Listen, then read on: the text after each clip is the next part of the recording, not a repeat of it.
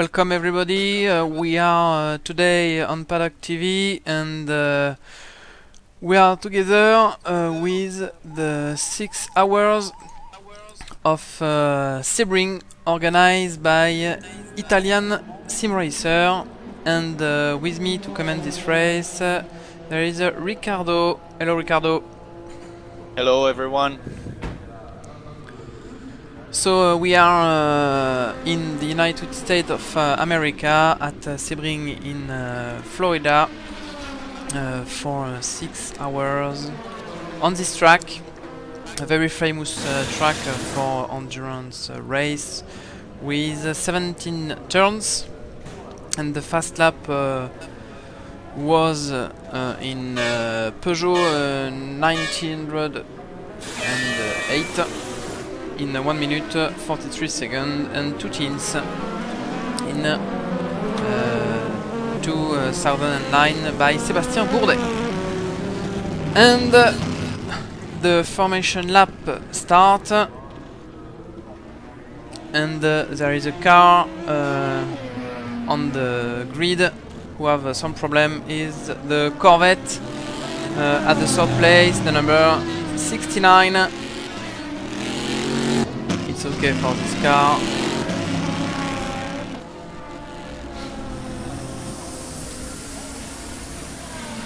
And all the cars are in the formation lap. So at the end of this lap, the race will start for less than 6 hours, because we start at 4 hours and 20 minutes.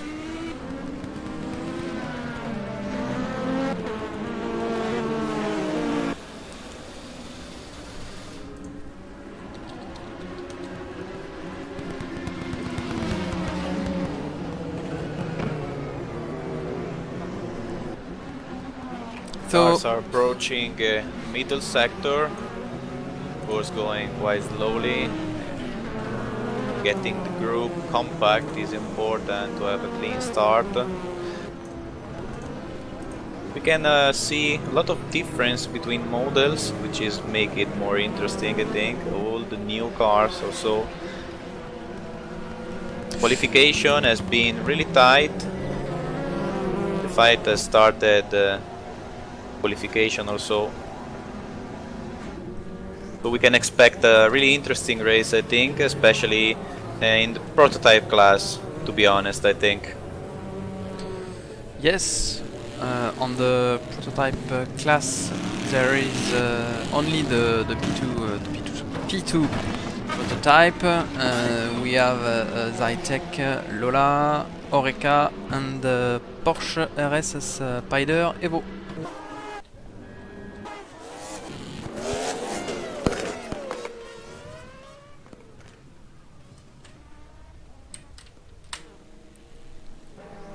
And all the cars are in the last turn.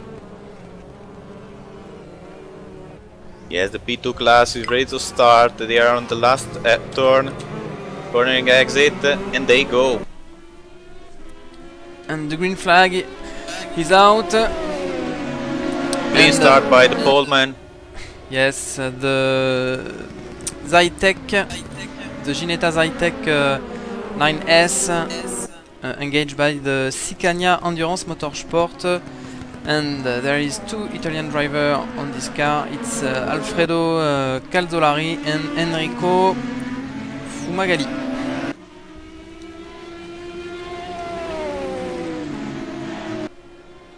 Clean start also for the GT class. All the cars got through the first corner without problems. There is Fabrizio Pierbattista overtaking the Cosna.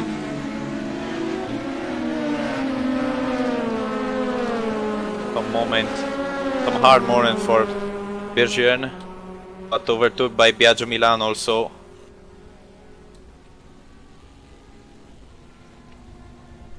And the first car of the GT1 class arrived at the end of the first corner, the first sector, sorry. Contact in the middle of the group. between Milano and Pier Battista. The Pulse Motorsport and a Texas driver. Yeah, Milano is making a really aggressive first lap.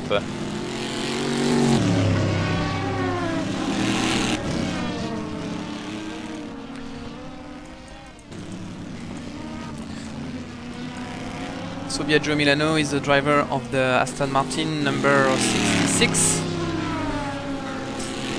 And this car is the last car on track now. Is overtaking the Corvette number 303. Sorry if I correct you, that the guy you are talking is Luca Lezzo with the other Texas driver car. Biagio is still running on the 67 car and is approaching to overtake Scalette. Quite close. Situation in the GT class is quite complex. The guys are still fighting. Prototypes are quite more calm. There is more distance between all the cars. Situation is more clear. So be careful, because I have seen that there is two car number 67 on the track. The two drivers of the take the number 67. There is no 66. Yeah, you're right. Yeah, you're right. I noticed. So it will be difficult, I think. So the 66 is the first of the Texas driver, Aston Martin.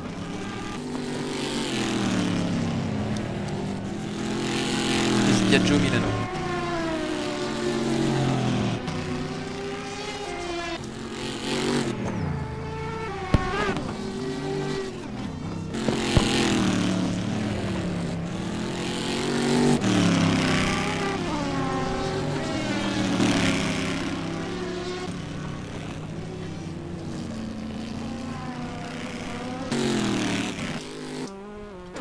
Alfredo Calzolari is getting into a real fast pace.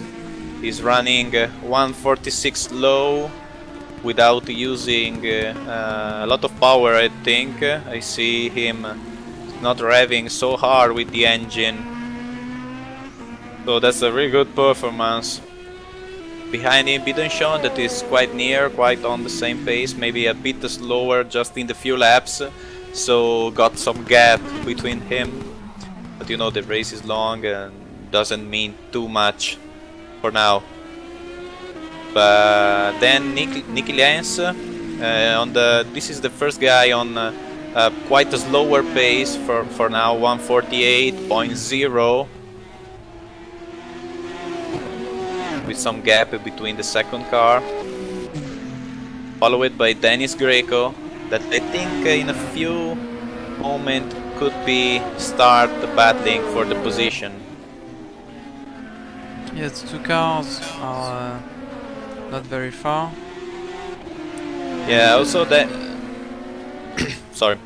So Dennis showed really great potential in the can we say free practices on the live racer. He set really good laps.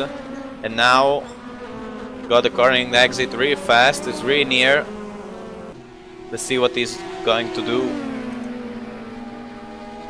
And the two drivers have the same car. It's a Lula B8 with a Judd engine. And maybe we can go for the next lap on board on the car number 222. Yes, they can see drivers through turn 1 really fast, 5th gear quite flat, and then brake for 2nd gear, 3rd, and then 2nd again. This is a really tricky section.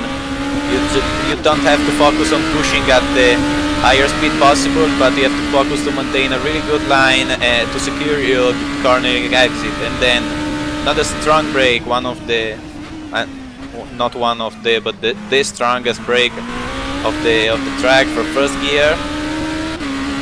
Light hairpin with need really good traction to get out of there.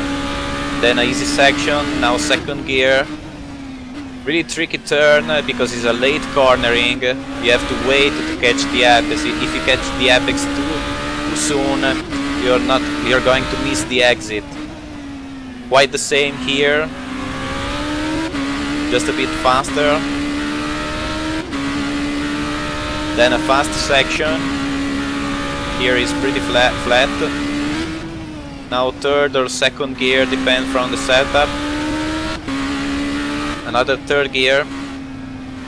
Really important to get out in a clean way here to have a good maximum speed at the end of the straight line. Now the most difficult turn of the track, because it's really bumpy. We can see a lot of cars bottoming while rolling.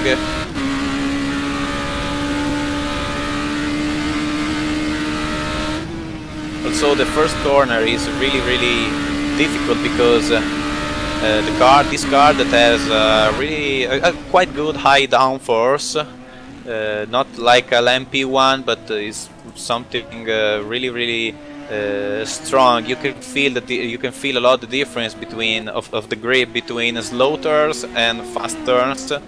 You have to focus you have to stay focused, and remember that in a slow turn, so you have to brake the car well. You have to slow down. On the other side, for example, for a GT car, this aspect, of course, more easy to manage, because you don't feel so much cornering difference between fast turn and slow turn, even with your maximum downforce. Anyway, I was saying the first turn is really tricky, because if you try to catch the apex too soon or too aggressively, you risk to hit the wall and make a really big mess, you know. Oh, like Christophe Boucher? He hit the wall 2 or 3 years ago with a prototype. Yeah, it can happen that because, you know, if you have a quite a neutral car, or at least understeering, that is not so bad to have some understeer in this track. It's more easy to go aggressively on the steering wheel into the fast turn, to make the rear start sliding a bit into cornering entry, and try to have a higher cornering speed, to put more speed into the corners. But if you make it at the wrong moment, maybe you can hit the wall on the internal side, and it's really a big mess here. So it's tricky to find the correct way, you know, to be fast but not risk too much. It's not like for example, Monza for the Prima Variante brake, that if you want to push more, you just try to brake some more meters away from your usual brake point. And during this time, the leading car is very fast, because he realized the best lap in the last lap. Yes. And yes, he's quite outgoing. How can I say? More than 1 second faster. I'm curious to see which tires Alfredo is running on, because the difference is really huge. Yes, it's a very big difference between this car and the other cars behind him. Yes. And there is the third GT car in front of the leader.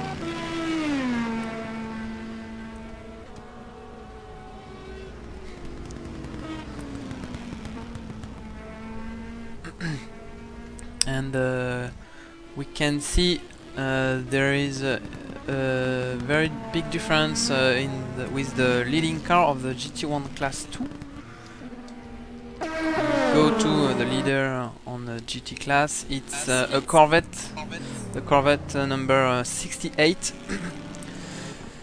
This car is engaged by D1 Street Legal with Rémi Dazin and Alexis Ribel. And on the car it's Rémi Dazin.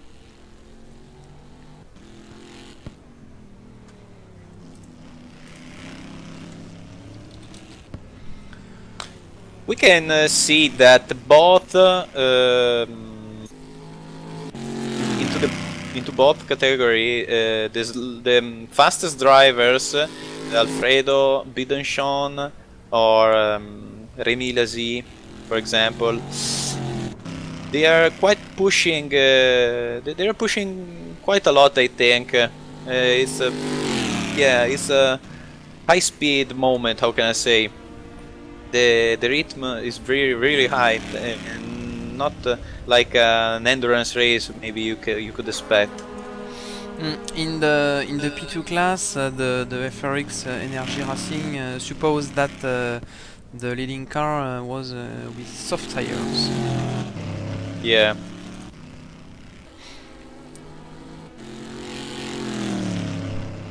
And in GT class, after the number 68, there is the Corvette engaged by a Spanish team, the number 06. It's the Corvette GT Racing Endurance GT1 with Eduardo Garcia and Ivan Avinova.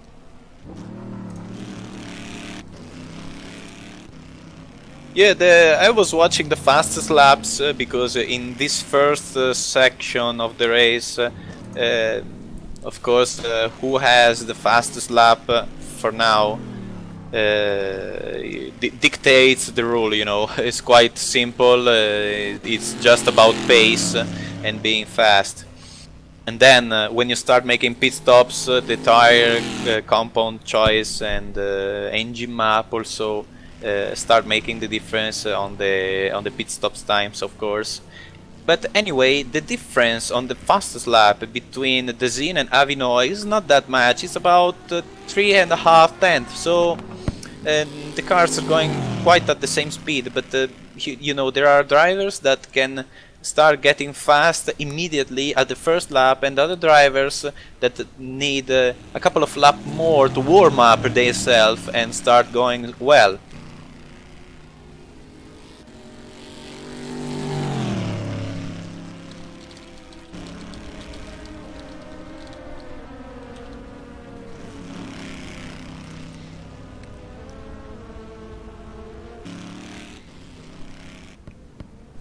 The race leader, Calzolari, started to make the first overlapping maneuver.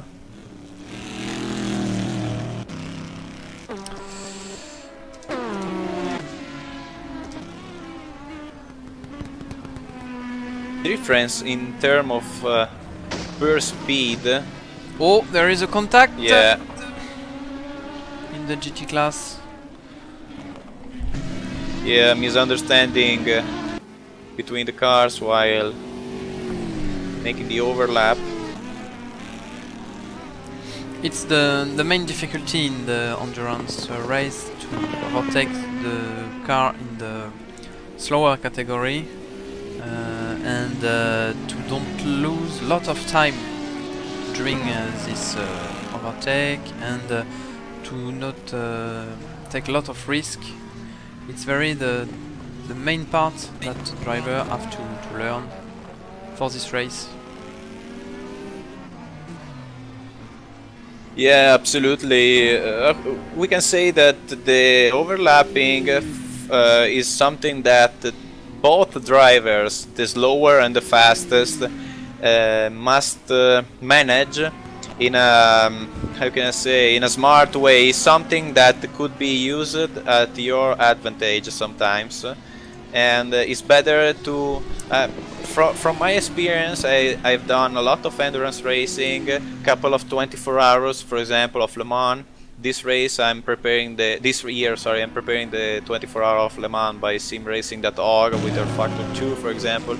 And I can confirm you that it's always better to avoid the risk during overlapping, but not because you know, you just avoid the risk of a crash and then you gain time. Not for that, but generally being too much aggressive, especially if you are the fastest driver, the prototype driver in this case, if you are too much aggressive, it creates pain on the slower car, and maybe it can make driving mistakes or something like this, and then in the end you will lose a higher time than normal, than being how can I say, more polite.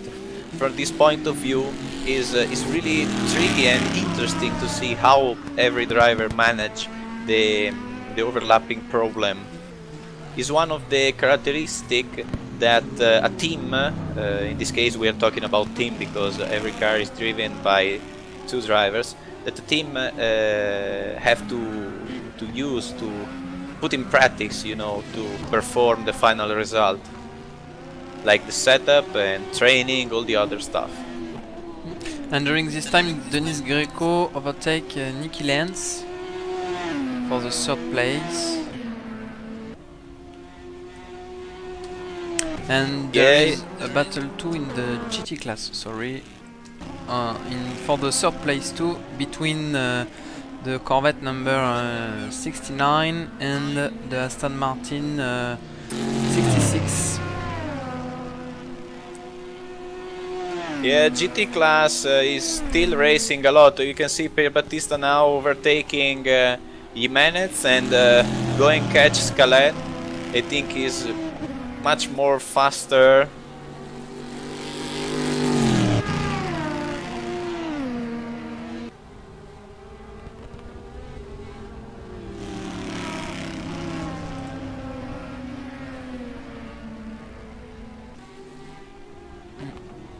Other prototype overtake these two cars.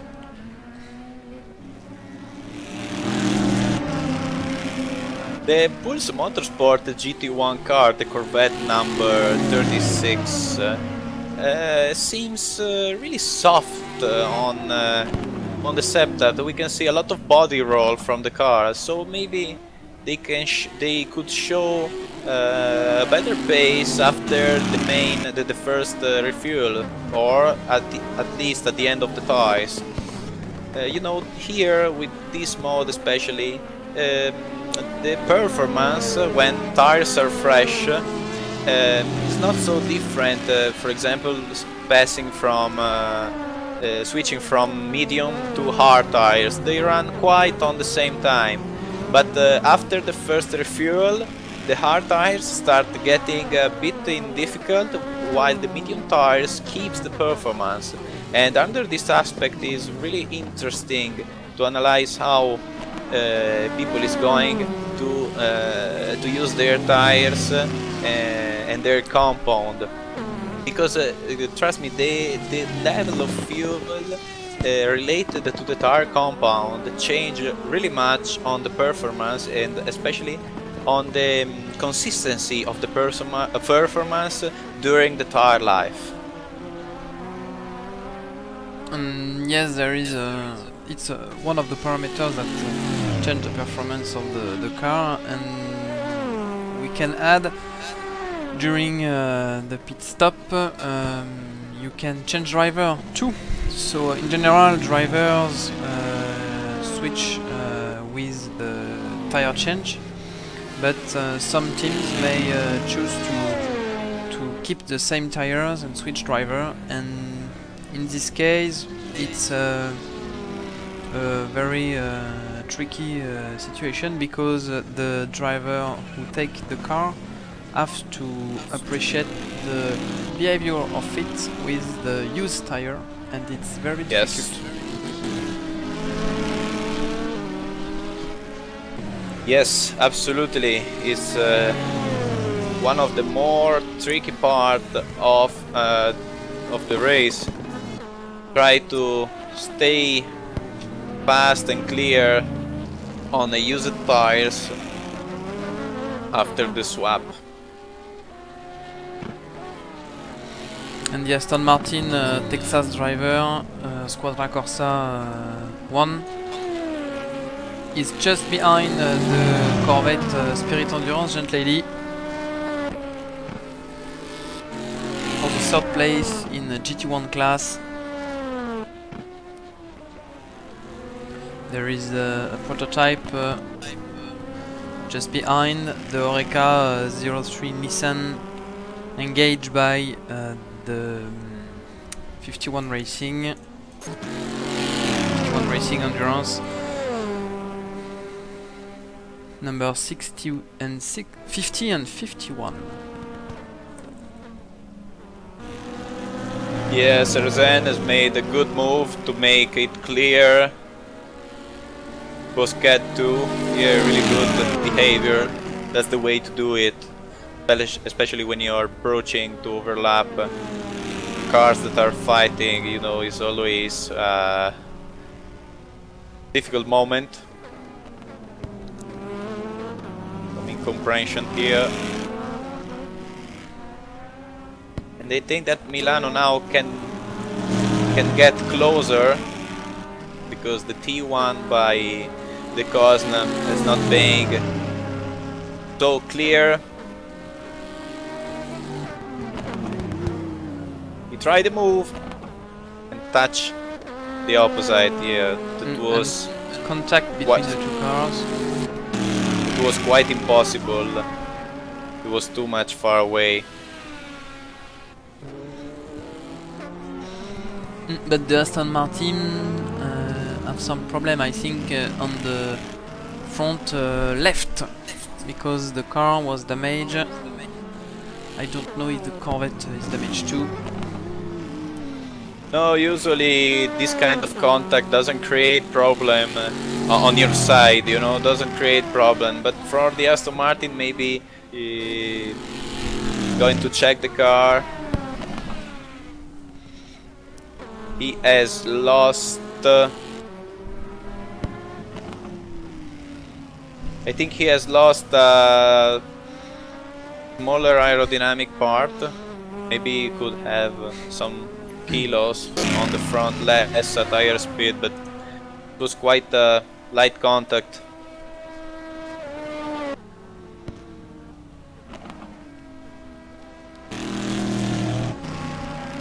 See the difference between the two drivers now on the start. Yeah, Milano got 1/10 of a second on the Cosmo, so I think that the car is still running correctly. Also, we can see that the light is already going down a bit, and with that the temperature also. Another interesting fact is related to the setup of the car and the temperature.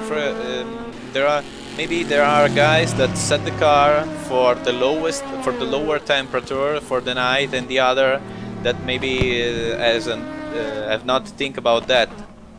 And especially on tire pressure, you know, and brake duct, engine duct, I don't think is related to this, because you know you have to always to keep a safe level,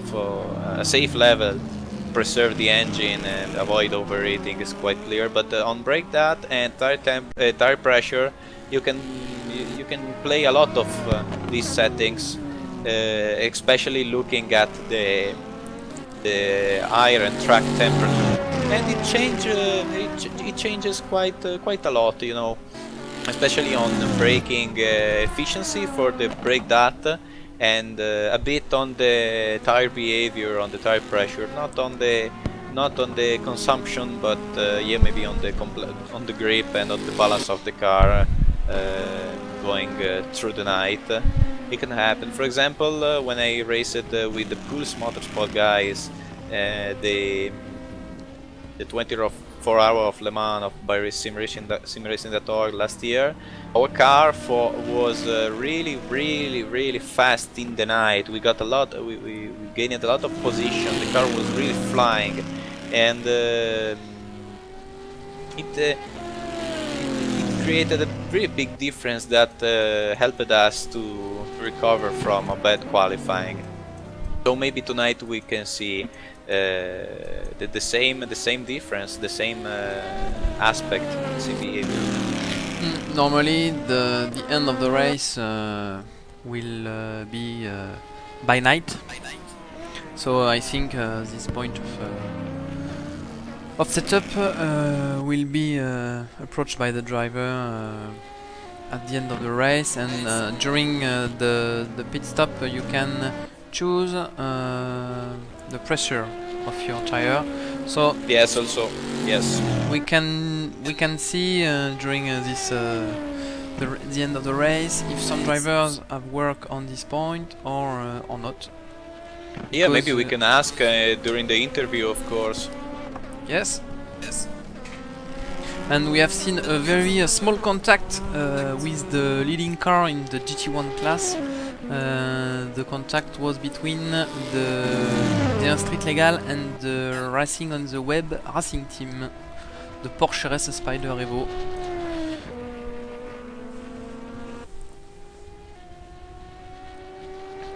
This prototype is in the 5th place in the P2 class and on the overall ranking.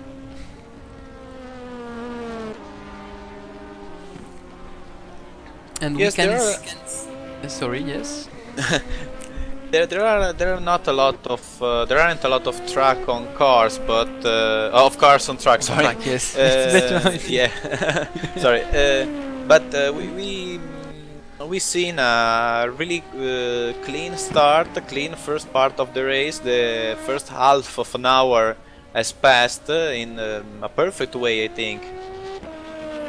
Yes, there is not a lot of contact for the moment. The 20 cars that are at the start is still on track. So yes, we hope we will have 20 cars at the checkered flag. It would be perfect. Yeah. But I can see that there is, except as you said at the beginning of the race, except for the first car in the prototype class, all the prototypes are approximately around 1 minute and 47 seconds. 46 for the faster, yes, and 48 for the slower. So in prototype, it seems several cars have the same strategy concerning the speed, but maybe some drivers have medium tires or other soft, and we will discover it during the first pit stop. Yes, Calzolari is really flying. He's set 144.8 as the fastest time, and Bidanchon is 146.0. That is really fast anyway, if you are running on medium tires. And I'm quite sure that Calzolari is running on soft. And at the pit stop, they will do refuel and tire swaps, because soft tires run good for 1 hour, not more. Yes, so it's approximately one stint, in fact, for the prototype. Yeah, I think if our prevision, our idea is correct, of course, because maybe it's running on medium tires, but I don't think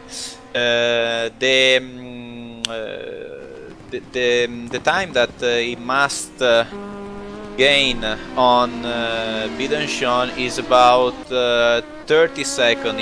He must put a 30-second gap to stay in front of him, because switching tires need 30 seconds, 32 seconds more than just refueling. Also, refuel and tire swap cannot be performed contemporarily. So as more tires you change, as more time you have to stop on your pit spot. So it should be interesting absolutely to follow the first stop of Calzolari. I will take time to understand if he will do just fuel or fuel and tires. But I'm quite sure it is going to swap, because I think it's too fast. For the moment, we can say he is not in good position, because we have approximately between 10 and 15 Yes. seconds, depend of the traffic, and Yes, normally he will go in pit in 15 minutes maybe. No more. Yeah, a full tank on prototype in engine map 1, the slower, can make about 60-65 minutes or so. It depends from your aerodynamic load and the not so much from the RPM settings. You know, when you are running an endurance race, you can't use all the RPM of the engine. You have to preserve it a bit to avoid an engine failure. And about the consumption, the cars use the same fuel as well, so there are no difference between them. So if they are running all the same engine map, that I think because the maximum speed are similar, and I think that Peter Shankar has some less aerodynamic. I can see it on the main, at the end of the main straight, before the last corner. He got some kph more, and I can see it for how the car slides. It's free to go through the first corner. Also, I have to say that Dennis Greco is going pretty fast. Has just set 1:45.9 after not a good start, I think. He overtook Nicky Lenz and then got on his pace, and it's really good. It seems really fast. Of course, for him, it's the same that for Calzolari. We have to understand which tires he's running on. But on medium tires is a really good time, really good time this. Yes, he realized a very good first part for the race. Yes. Very careful at the start, and now he can push 2 milliseconds on the previous car. And the first, I was searching the first Oreca 03 Nissan, and the first Oreca is the number 51 in the 6th place with Gilles Sarrazin. And just behind there is the number 50 with Philippe Bousquet. It's the 2 cars engaged by the 51 Racing Endurance team. And on the 8th place there is an Acura, the Acura number 12, engaged by the GT Racing Endurance team, a Spanish team, with 1 Italian driver and 1 Spanish driver. The Italian was Claudio Sabatini and the Spanish driver is Paco Ochando. And this car is in battle for the 8th place, because just behind there is the Oreca Nissan BWM, engaged by Laure Rezo and Olivier Fangio. Oh, tricky situation. Rezo got the outside line. Really smart on this. Approaching the inside line now, and he's in.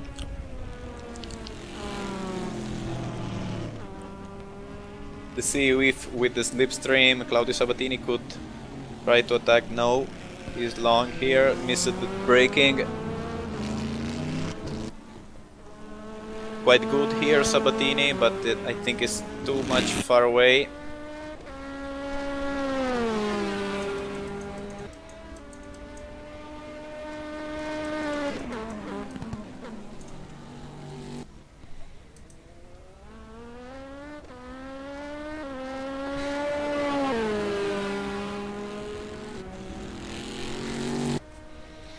And there is another prototype 2, but it's very far. It's the number 22 at the 16th place, in the middle of the GT1 class.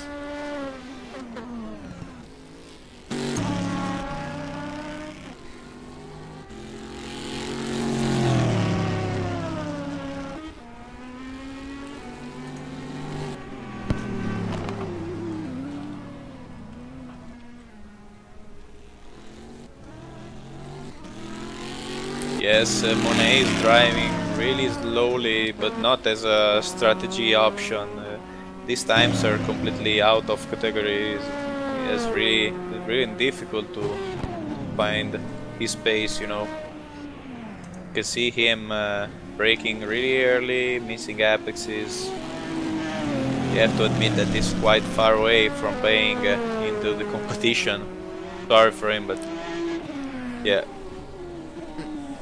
Yes, but for this car, I think the objective is to see the checkered flag.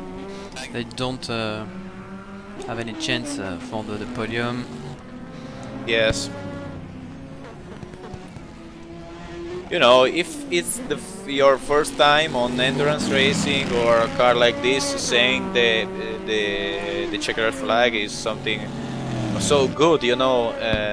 Some guys says that the main spot of any race is to finish it. It just is the if you don't finish the race, all the other stuff are useless, of course. So on this point of view, it's a result anyway, especially if you are at the start. And there is a battle in the GT1 class between the Pulse Motorsport and the Black Cat Racing. Battle between Yes. a Corvette and a Saline. Also, overlapping is coming. For them, there are a couple of prototype car. No, just one. Sorry, the other is the slower prototype. No, the black and blue prototype is Nicky Lenz. Yes, yes. At the start, I said a couple of cars coming, but it was just one. The Nicky Lenz car, correctly. Oh. Yeah. Yeah, this happens when you watch the mirrors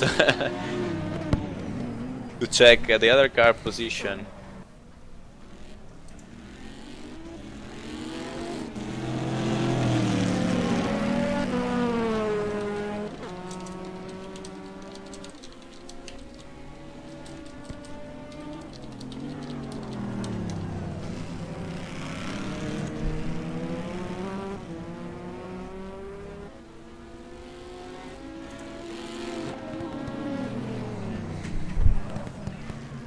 The Corvette GT1 has a really nice sound on board. Yes, it's a very it's a Realistic. very good sound. Yes, very realistic. Yes. And there is a spin by the Cosna at the final turn. The Cos got overtook by Milano.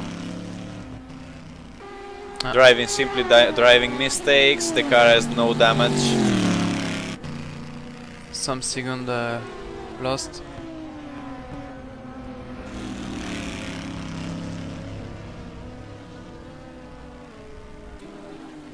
The two cars are very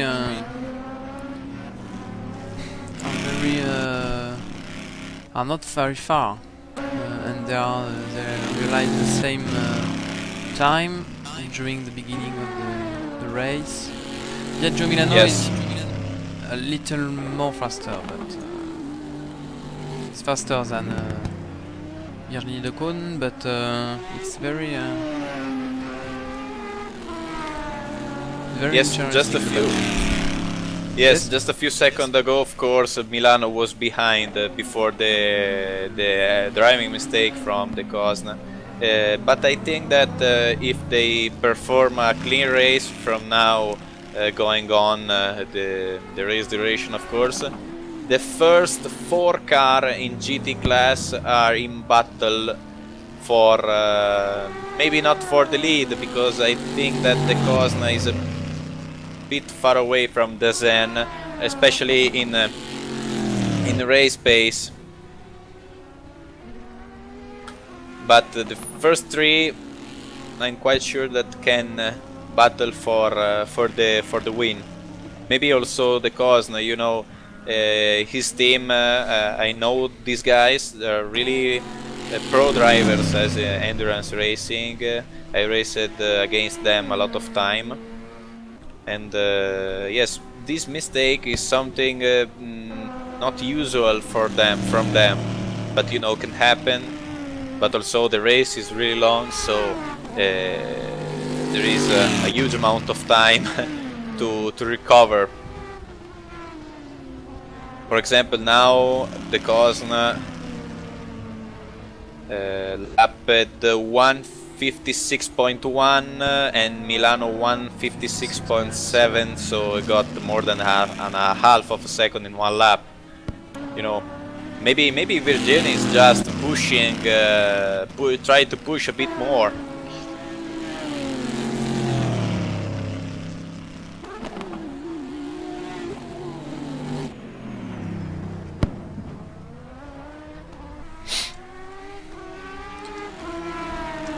I'm going to join the car number 68 at the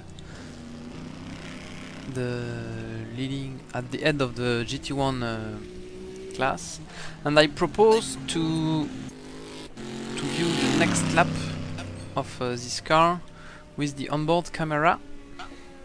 Yes, let's go on board with the Zen, which is running perfectly, to be honest. Now on the straight line, lapping 1:40.54.9. It's really fast. You can see also a really balanced car, of course. A bit of oversteer is needed to be fast. The Zen is not pushing to the limit on the braking point. He always tries to keep a clean line. You can see it from the T1 especially, which is the more tricky section. But the car is balanced quite good. No much correction on the steering wheel while braking, just some oversteer in exit, because also the Corvette has a really high torque, so when you hit the gas it's really easy that your rear axle starts sliding.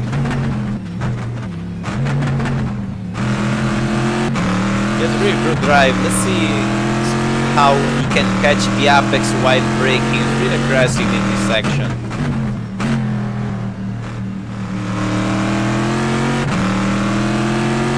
These are really some good driving skills.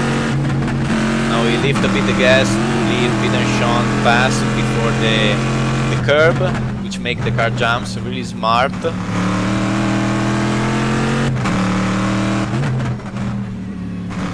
I think it could be also, wow, now a little risk. It could be also more aggressive in some section, like in the cornering entry of the last turn he did, maybe starting a bit wider to bring in more speed.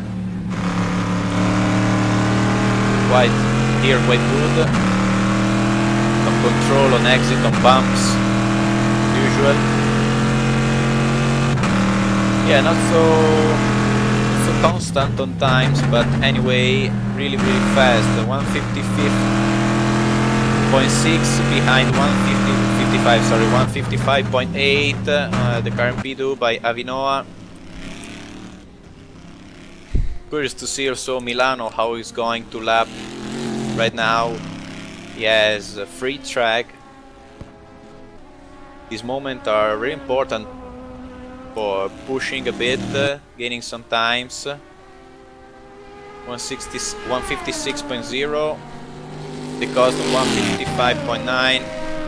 I think that Virgin is one of the is one of the more constant driver here.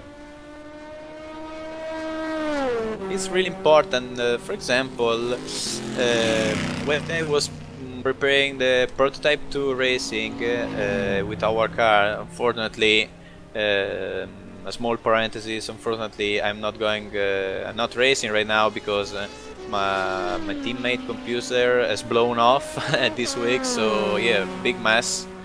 We were quite fast and anyway, it can happen, you know. I was saying on prototypes with hard tires, you just need 2 sets to complete all the race. It's really a low quantity. You just need to swap the tire 1 times. Of course, if you need 2 sets, you will do 3 hours with one and 3 hours with the other. It's more smart, more constant, precise. With medium, you need 4 sets. And if, for example, the Cosne is running on hard tires, its pace is anyway quite good and quite constant, and we could see these guys going up after the first or the second pit stop. Also, I'm really curious by the pit stop moment to see what is going to happen, especially of course in the first 1, 2, 3 position in prototype 2, to understand also how fast is the pace of Calzolari. Also we have the first pit stop, which is Dennis Greco. Yes. Fast pit stop, just refuel. And we have Rezo also going into the pits this lap. I can see he has called this the pit stop. So let's see how much time he is going to stay in.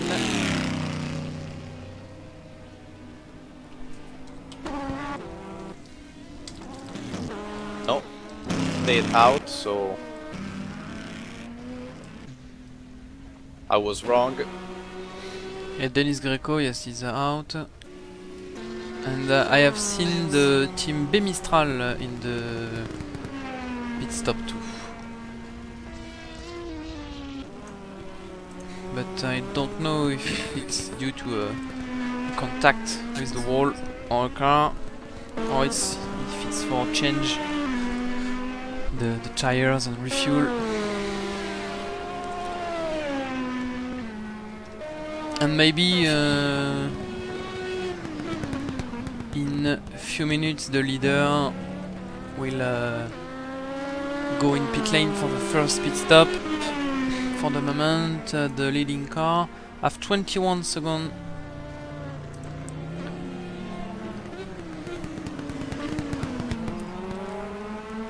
He win 21 seconds on track on the second car. It is start to be something useful and interesting. Not enough, but quite good. The first hour is going to end in 8 minutes. And yes, he has other 4 or 5 laps. Depends how many times, how much times he's going to perform on track. If 60 or 62, 63 minutes, no, maybe there are a couple. You can preserve a couple of liters to make another lap out on your soft tires, if you have, of course. And there is a car in the pit lane. It's the BWM. Yes. The Oreca.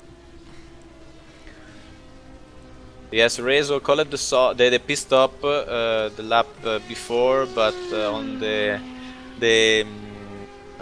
starting line, so that he has enough fuel to make another lap.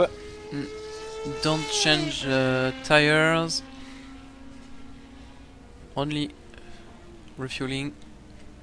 Yes.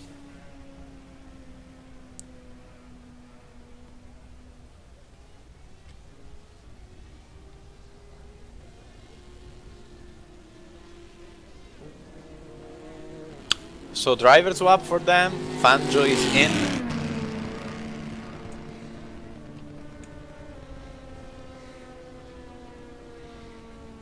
Yeah, good pit stop, all clear. Also, they can come out in front of Avinoa, so 1 car less to overlap.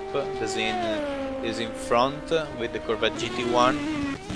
Also, this aspect is in the first section is quite can be quite crucial sometimes. Maybe you overlap a group of 3-4 cars, and a couple of laps after, you must pit, and this group returns in front of you, and you have to overtake them another time. If possible, also could be good to find a strategy that permits to you to manage this situation. For example, yeah, I got to change tires after 100 minute, 110 minute stint on the tires, so more than one refuel, of course, but sorry, more than one full tank. Is it? But if you can keep a small window, about 5-10 minutes more to manage your traffic situation, can be really good to avoid to overlap cars much more times that you could. It's something really tricky to do, but yeah, if you're quite organized well and you know your tire duration and the fuel consumption as well, you can perform it. So here you can run with telemetry, you can run with additional information on your screen. You know, in some endurance event is not permitted to guarantee some more stability of your game. Here is permitted, so you can run the race with all the information you get. You can also maybe get some telemetry while racing and analyze it after your stint to see how your degradation is going and some other stuffs, you know, to make a better prediction on your next set of tires. There are a lot of aspects that can change the race while racing, of course.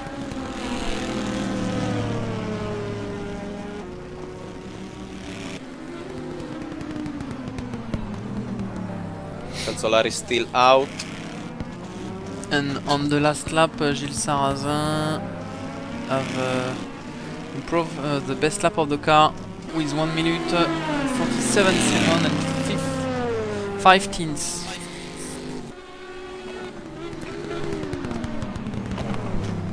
I think that Tortella, Sarrazin and Bosquet are on hard tires.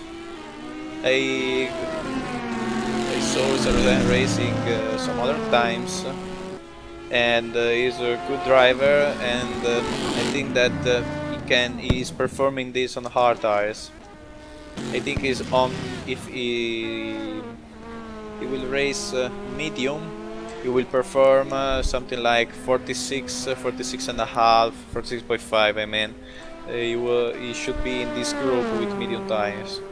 On these laps times, I think that he's on hard.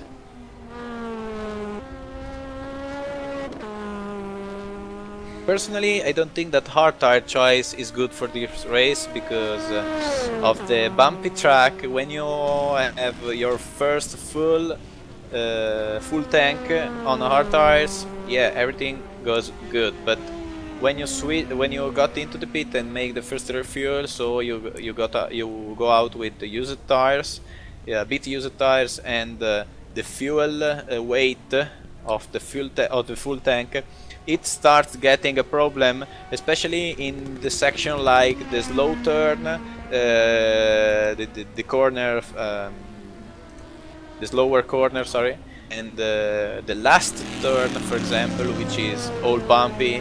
Here the tires start being not so fast, you know. Medium tires doesn't have this problem, as we said before. And also, going through the night with hard tires is a bit a mess because temperature of the tires decrease really much, and you know, here the ideal operating temperature is about 90 during the day with medium. While I was testing, I was running 93, 94, so it's perfect.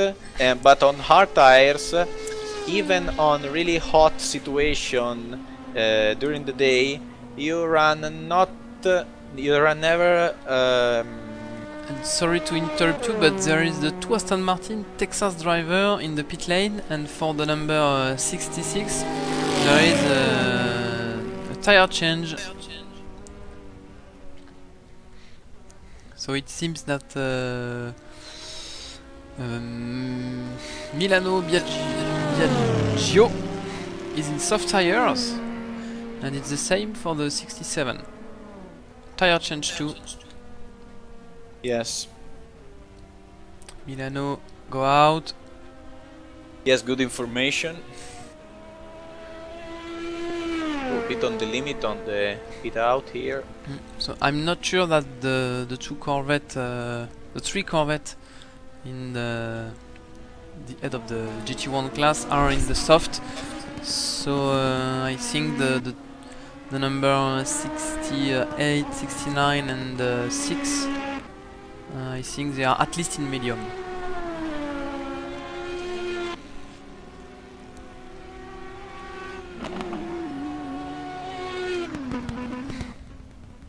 Yes, maybe the two Aston Martin were on soft and map 2, for example. We have 3 maps on GT cars, 1, 2 and 3. 3 is really impossible to use in race. 3 a bad idea, but 2, if you run on soft tires, maybe you could try. For me, is nothing is not competitive. It's impossible to compete on this strategy. I'm quite sure about that.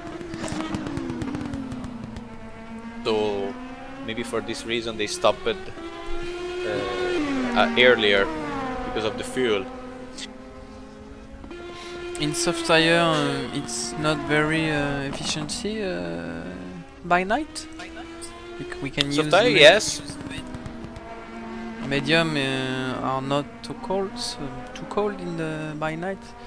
No, hard is too cold. The medium, I was saying, is quite good for the temperature. Soft, I don't know. I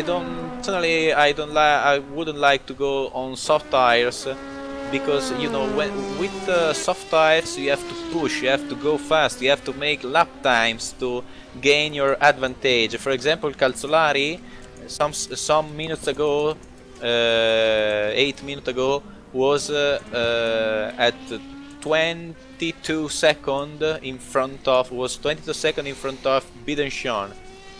Now is 21 and a half. Let's wait when he pass on the straight line. Now it's 21.8. So you know, what is the point? The point is that when you run a fast strategy, all the traffic of the other cars creates you a bigger problem, because you know, if you are running, for example, 144 and you find someone that makes you lose 3 seconds. 3 seconds on 1 minute 44 are something, okay? But if you are running on a more conservative strategy and you're running 149, for example, and you find the same car that make you lose 3 seconds. 3 seconds on 1 minute and 49 are still something, but is something less. Is a lower problem for you. It represents a lower problem traffic for you. So in this situation, when you have just 10 GT car, you can still think to run on an aggressive strategy. But if the race start getting more more populated, is not really a good idea, I think. You just should try to find something, especially like medium, that guarantee to you the performance also during the night, for example. By the way, Bidenchon is going to pit. I think the pit has been called. Let's see if he get in. Yes, he's into the pit. P2 car is into the pit. And we have lost the Aston Martin number 67 with Luca Lazzaretto and Gianpiero Belisario. It's maybe a problem during the driver swap, and I think the FRX car will have a problem too. Yes. Crash for them. Yes, problem during driver swap for the FRX. Oh, it's very bad news because this car was in a very good time during the start of the race, and there is a challenge with the leading car with very faster, but maybe in soft tire, and the number 5 is retired. I'm searching a car. Yes, the number 69 is in the pit stop too. Yes, the Zin is in. Calzolari is really on the limit, I think, because 65 minutes are past. I think he could do another lap or another couple of laps, but not more. I'm going to check the pit stop time of the guys in front. I think it's only fuel. I put my seat in front of the pit lane, so I think I won't miss any car entering the pit lane. For the Also, Pier Battista is going to pit. He's on the last 30 seconds. That was just a full tank, and he continued, no driver's lap, just the refuel and pushing. Let's see. Now it's interesting to see the lap times, how he can perform his pace right now. The Corvette Pulse Motorsport enter in the pit lane.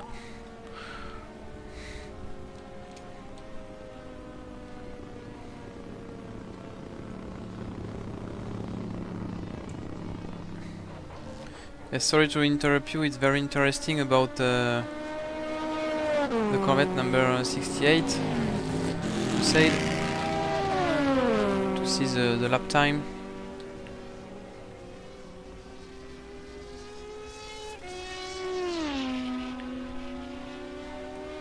We should wait the next lap, of course. Check it.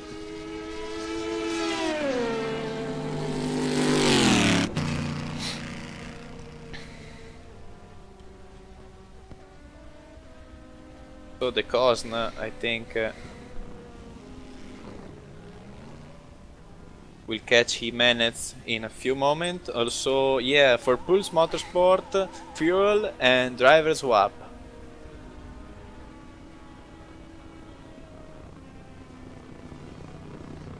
They haven't repaired the damage. And the Spanish Corvette is in the pit lane too.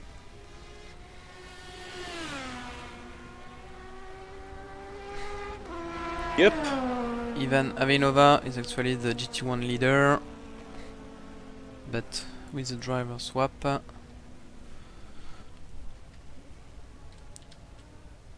Normally, Remy Dazin will take the lead in GT1 class, and Lola Judd with Nicky Lance enter in the pit lane too.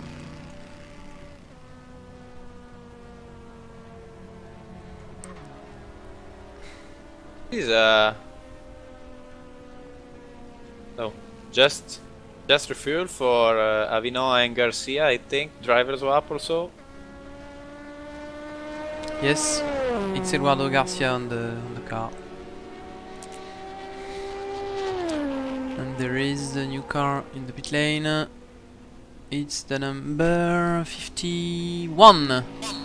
Oreca, number 51 for the 51 Racing.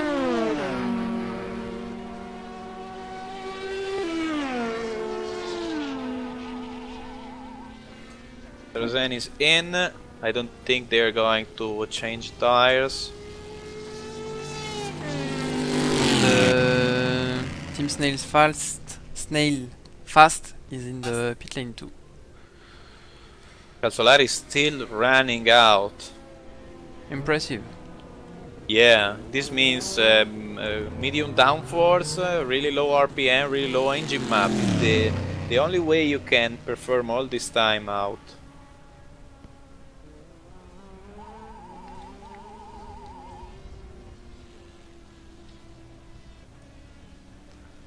The Acura is in the pit lane. If the leading car was the last car in the... if the leading car is the last car in the pit lane, that will change a lot of things, I think, for the other team. Yes, it depends also from how many times he will stay in the pit, of course.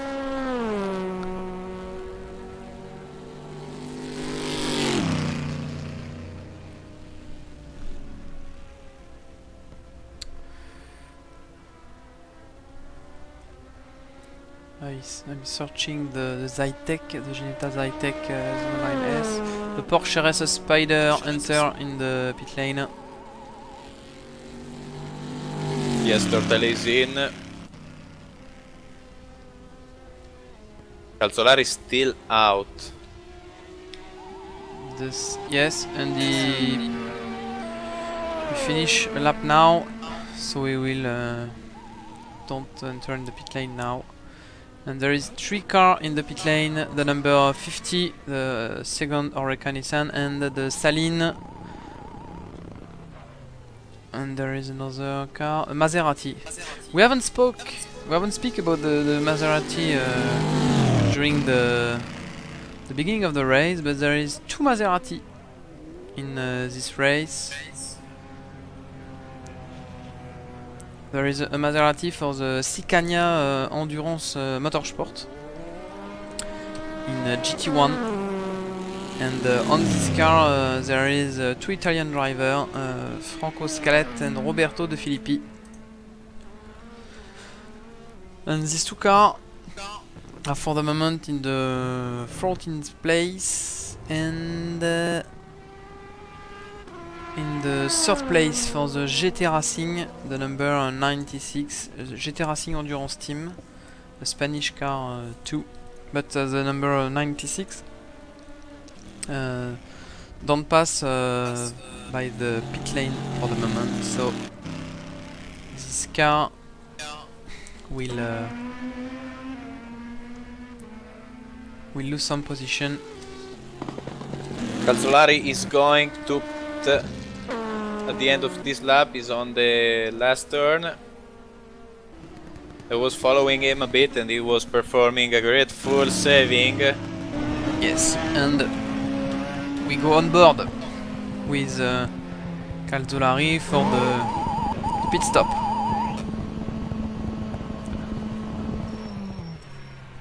See how many time he's going to take.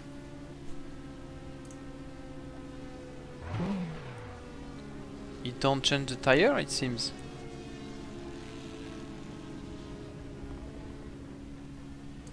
I don't know if the tire change start after the refuel or something like this.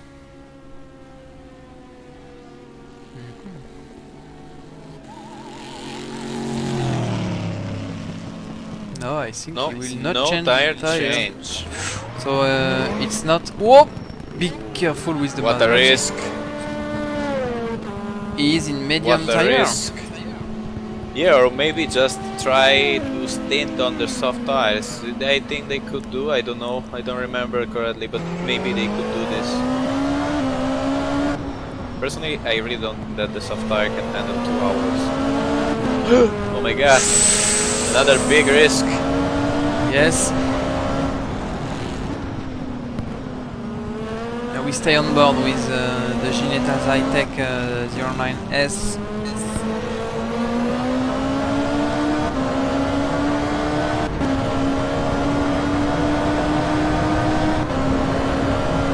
And then his Greco comes P2. So good strategy from them. And the number 51 is in 3rd place. Good strategy too. They overtake the Pulse Motorsport. So the idea of the harder compound was good, I think. So I think that Lance, Busquets maybe no. But Nicky Lenz was running soft tires. The only explanation. So Nicky Lenz is approaching to attack Zanobini for the pole position.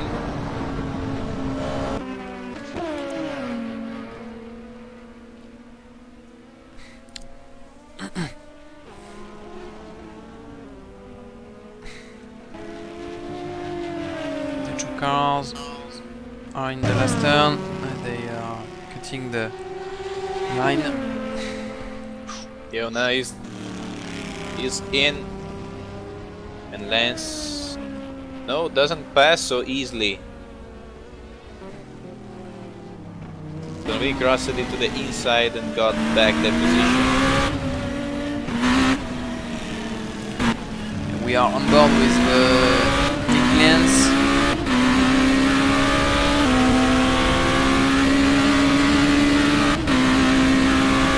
The 3, 4, 5 position car are quite tight, you know. Sarrazin is just after just in front of the Nobini car. I think that Lance must pass quite in the low time Zanobini to catch Sarrazin and make his more aggressive strategy work. By the Cosna for the overlap.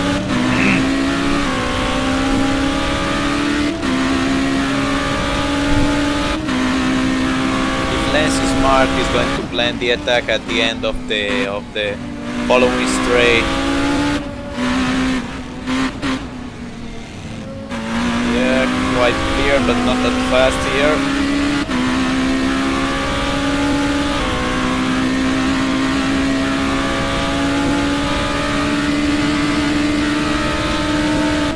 With the slipstream, Lance got 9 kph more than Zanobini, so if he make the last corner in a good way, in a correct way also, he could overtake easily. But now he's not performing that really good, perfect drive that he deserved to overtake. The first part was really good. But you know, there are drivers that while fighting see their performance really going down. It can happen. Also, there is not all that light on track. Still good visibility, but maybe temperatures going down and create some differences on the cars, on brakes especially.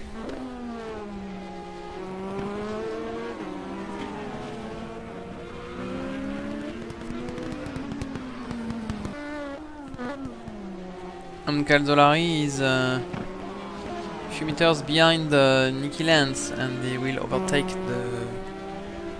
the car in few laps, I think, maybe in two lap. And after this, the leader will have 1 lap. Is 1 lap behind compared to the.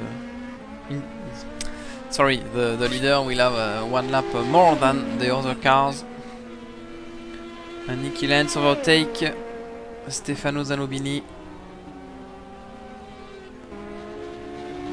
in the last corner.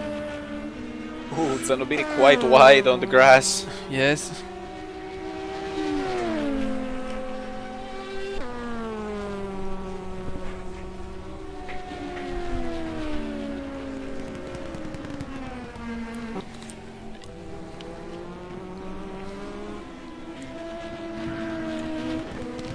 So Nicky Lenz for sure is going to catch Sarrazin.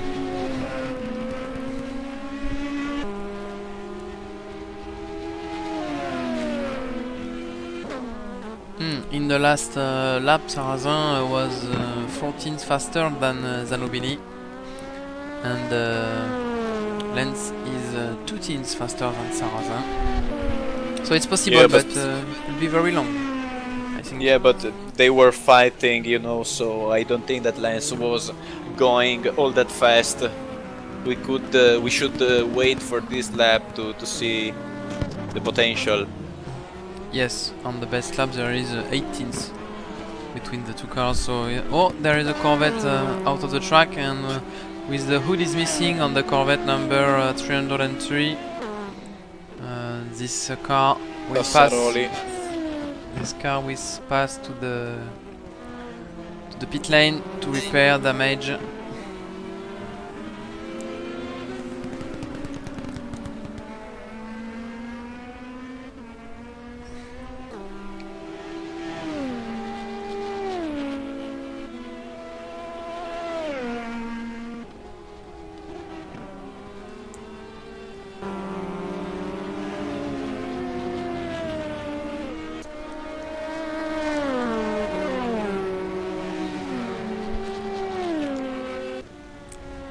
Calzolari 147.8 right now. He's not that fast.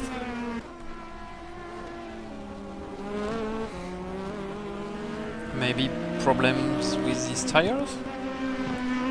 Soft tires really have a really strong degradation into their final part of life, you know, and could be something similar, or maybe just Calzolari started pushing less because they see Danny Greco quite far away, or maybe just an overtaking at the start of the lap that I haven't seen. Now Greco is going to lap in 148.0.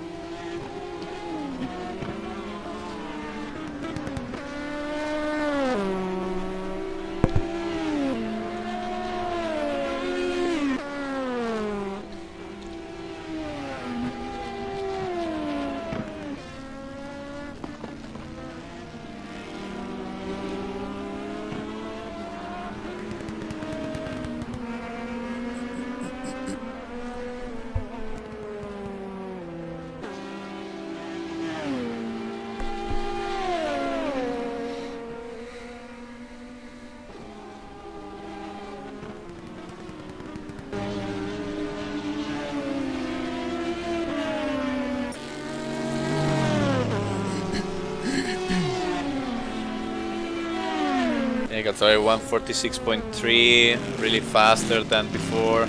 Maybe just traffic. Oh, Nicky Lance! Lance! Wow! Contact with the Corvette, and he's pinned in the grass, and the Corvette too. Maybe the Corvette is damaged.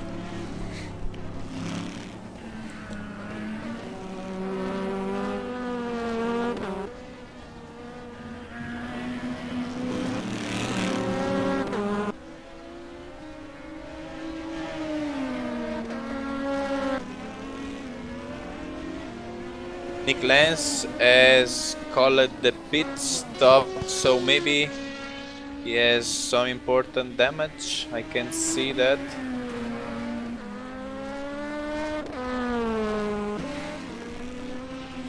No.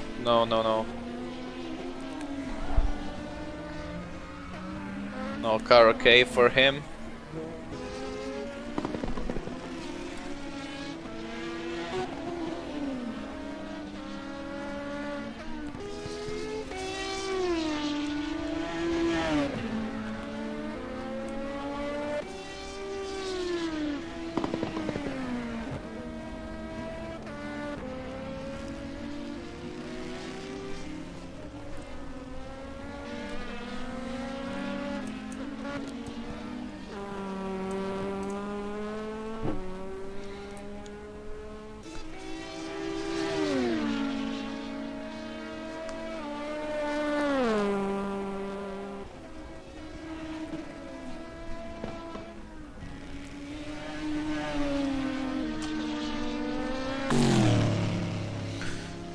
Nicky Lance don't go in the pit lane, so it seems okay for him.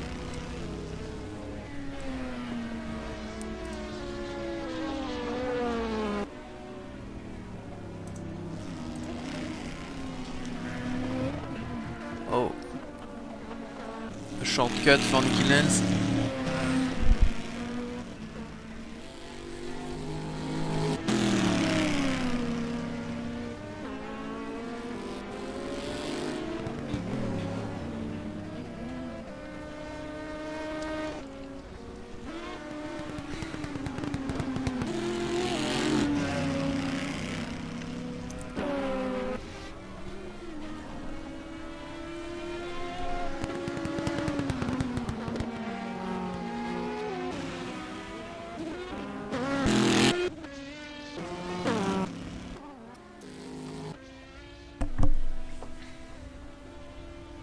Garcia wind on the grass.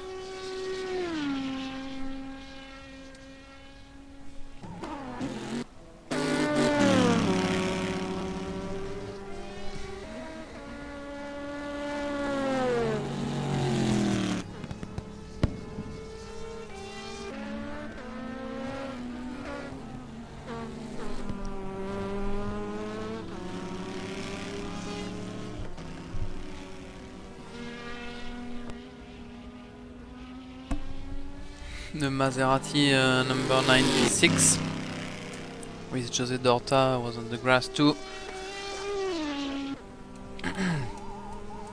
That's a really nice car. Nice painting for them. For the Maserati? Yeah. Yes. 96 car. It's really cool.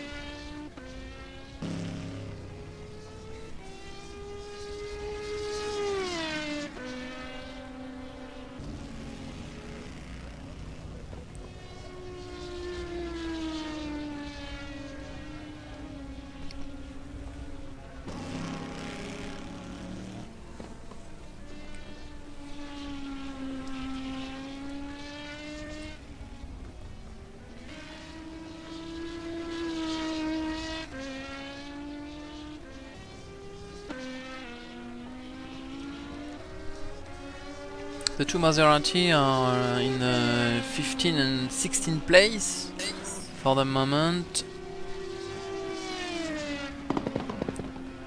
And if we compare the lifetime of the two cars compared to the other car of the category,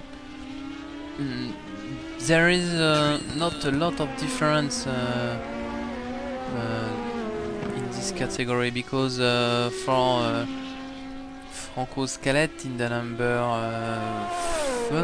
it's the number 52, they realize the same time as the Black Cat Racing with the Saline.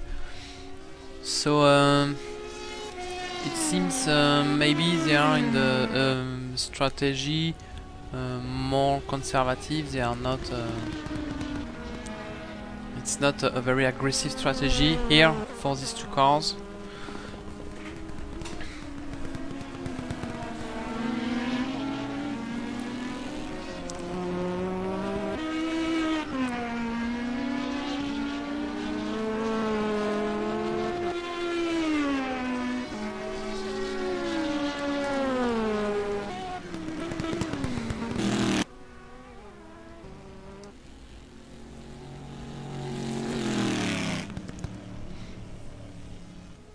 We can see some damage on the Corvette number 36.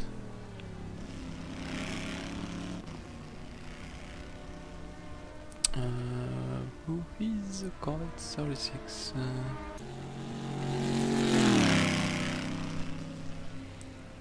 Je le vois pas.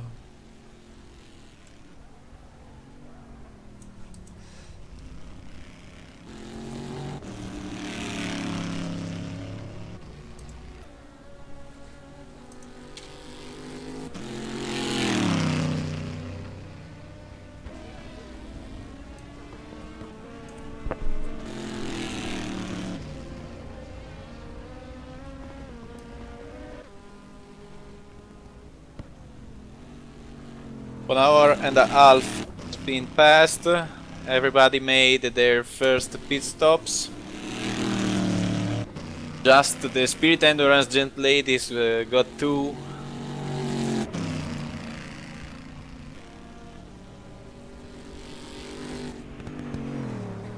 And there is the Corvette number 303 in the pit lane too. With Paolo Sassorelli. Yes, they are having some problems, I think.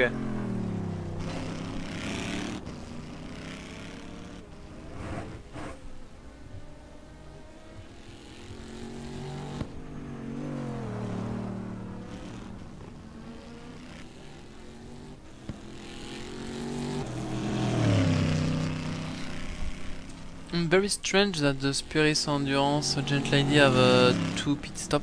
I haven't seen what happened.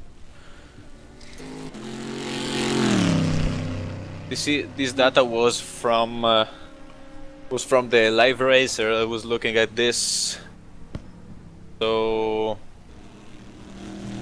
yeah, no, it's not correct because some guys has 0 pit stop. So yeah, I'm sorry.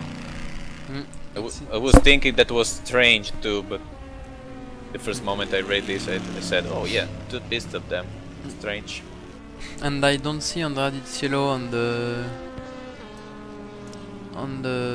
live timing. He appears with the pace car at the end, but the number 36 is not in the ranking.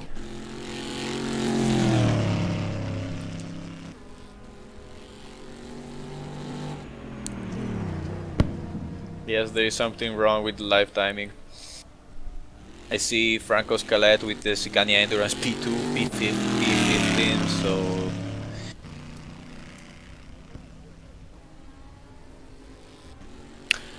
So, after all the pit stop, can we do a point of the situation, following car by car every position? Yes. And we start with the Ginetta Zytec 09S. Drive by Alfredo Calzolari. Alfredo have complete 50 laps. And he have 40 seconds.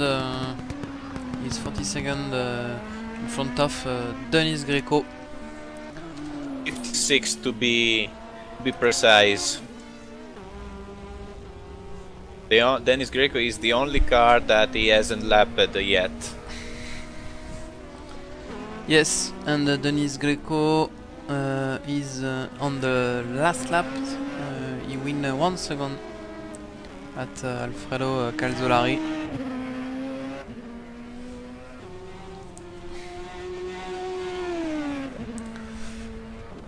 Third we have Gilles Sarrazin. It's the first car of the 51 Racing Endurance. This car is an Oreca 03 Nissan, and for the moment is in the 3rd place, in front of the only Porsche RS Spider Evo engaged in this race. And these two cars, the 51 and the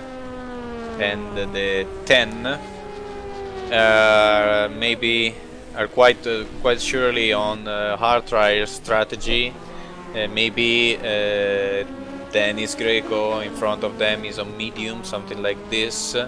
And about Calzolari, we don't know yet.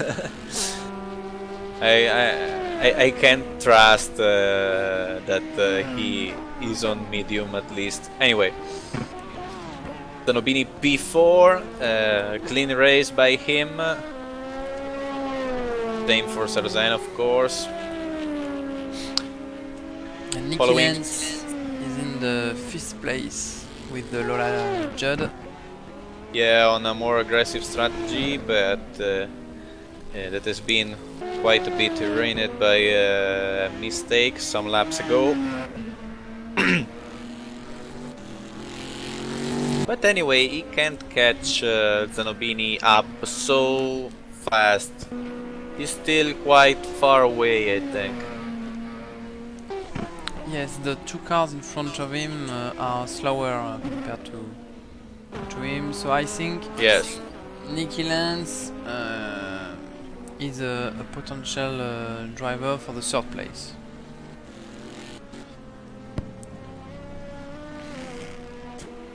Behind the Lola. Sorry, yes.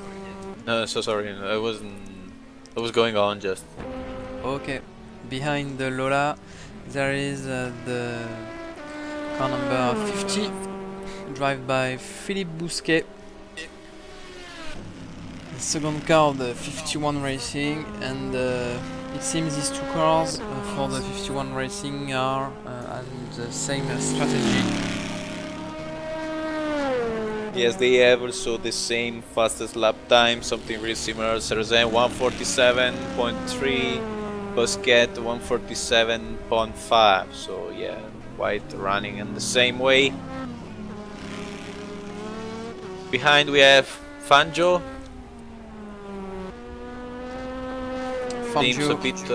Seems a bit slower, quite far away from the first cars.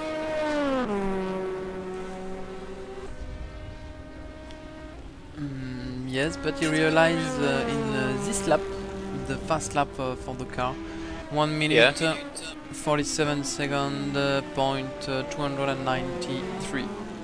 Yeah, it's right now.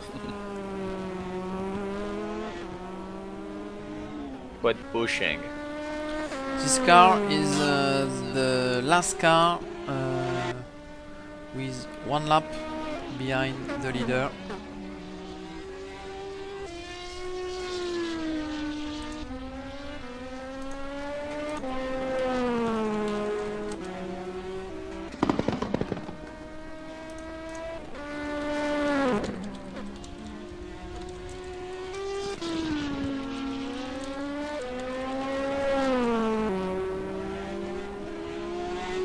Then we have Ochando with the only Acura on track for the GT Racing.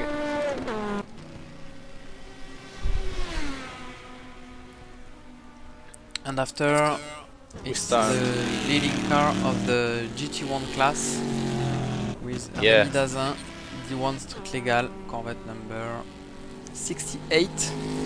Perfect race from him. We have to say that till now they have been really perfect, absolutely perfect, and so fast. Anyway, fastest lap time 154.7, and the following car, Garcia by GT Racing, Corvette number 6, has set 154.9, which is not so far away.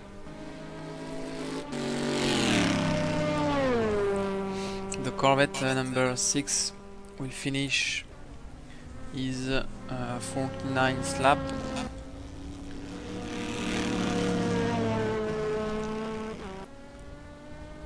Then we have Jet Ladies car, Pretty and Run Jet Ladies, with the still Virginie de Cosny in car from the start of the race, and lapping a bit slower. First car after the 154, 155.6. Anyway, a clean race by them, absolutely. Only one mistake in the last corner with a spin. Yeah. And they lost a few seconds. Yeah, I forgot that. Yeah. No damage on the car. Yeah, I was wrong, yeah. And then we have my Italian friends Andrea Di Cella and Fabrizio Pierbattista on the Bulls Corvette number 36. Just a few problems at the start of the race, and they are running on 155.7, maybe now a bit higher. It was the fastest.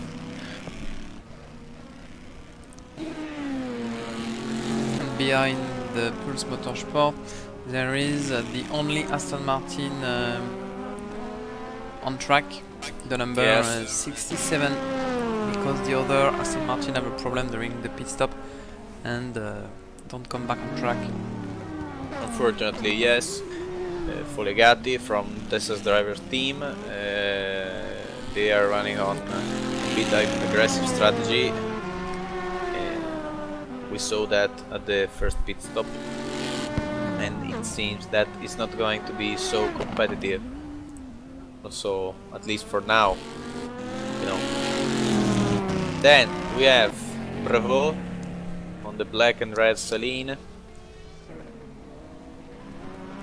Yes, Prevost is in the car still at the start of the race. And this car, it's maybe a surprise for this car, because during the qualification there is Lionel Cummings on the car, and he was very fast compared to his colleague, and maybe Thomas Prévost have some difficulties to enter in the race, and that explains maybe why this Saline have lost some position compared to the starting grid. Yeah, I know his teammate Kumesh and is a really fast driver, so maybe we should could wait to the driver swap and see which times he is going to set. Yeah, he's quite trying to push, but with not a clean drive, you know.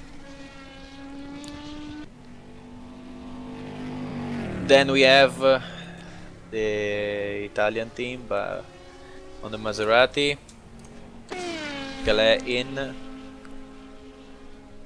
and behind them the other Maserati of Dorta, sorry. A mistake from the first driver of the Maserati Scania at the last turn. We've seen smokes from the tires, and now we are with the number 96, the blue Maserati.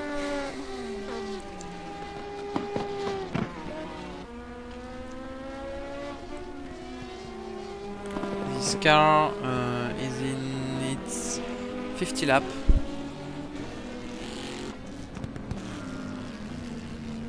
And in the end, it sounds strange, but the last car in race, not retired of course, is LMP2 by Petit, driven by Petit right now.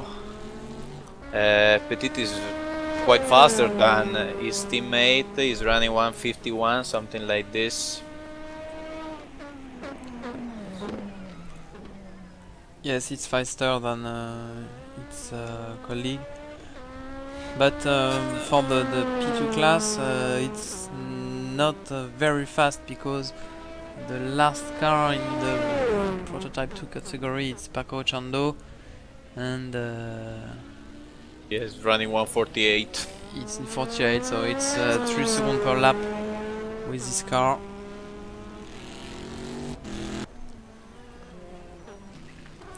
And I'm following. Yes. Yes. Sorry, no. I was missing Boniotti on the last car, the Corvette. Yes, but this car have some damage. We can see that. Yes. Part of car missing. Yeah, when you damage the front of the car, so it comes more drag into the straight line. Is quite a mess. So I saw a piece of an Maserati. Is the Dorta Maserati, blue one, has lost the front bumper and the coverage. I don't know how. Yeah, now he has called the pit stop to get in and repair, I think.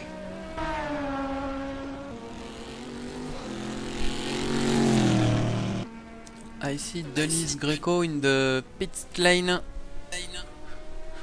I was saying that into the last section,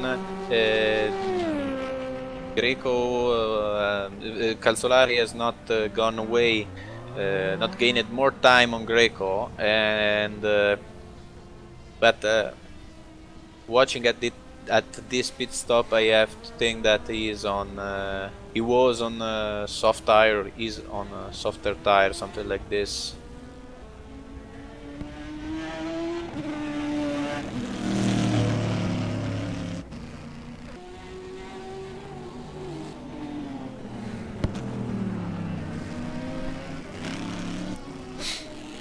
Denis Greco come back on track just in front of the Corvette number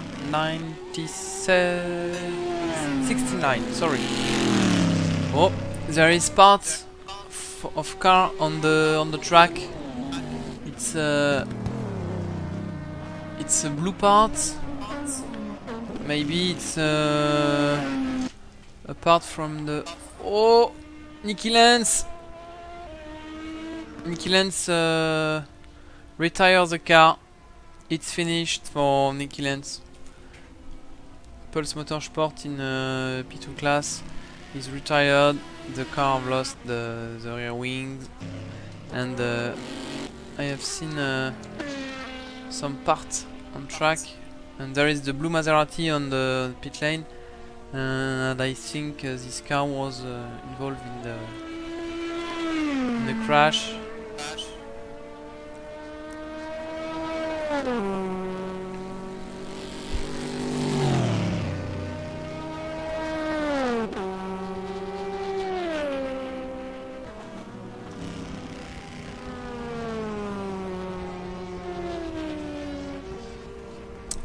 And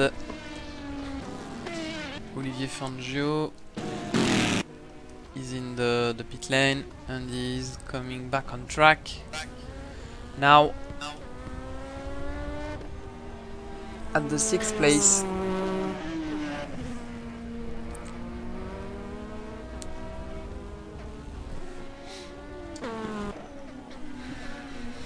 And I think we will have a very good battle for the 2nd place between Sarrazin and Zanobini. Yes, it's quite clear that they are on the same strategy, and but anyway, I was watching live timing, and I was saying that Calzolari, even if he has lapped Sarrazin now, is not running on fast times. I don't know if it's his fault. He started to push less, I think, or it's because of tires. But he's running 148, 147 about these times, like Sarrazin and Zanobini.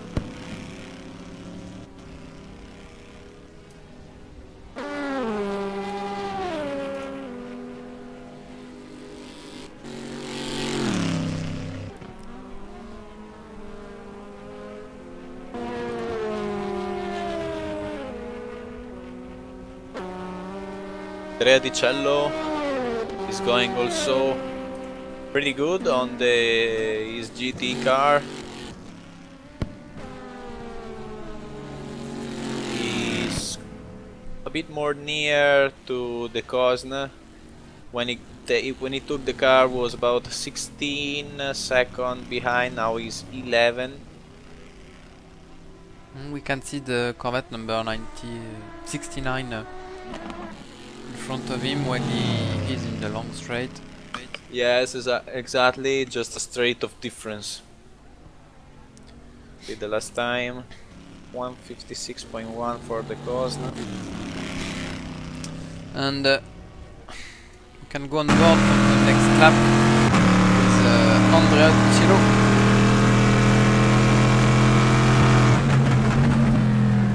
A bit wide here, but with GT is not a big problem.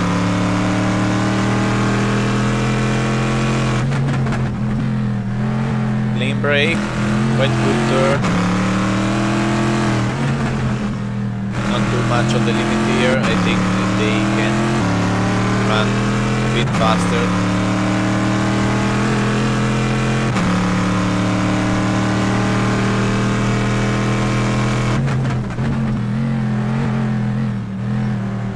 Good braking here.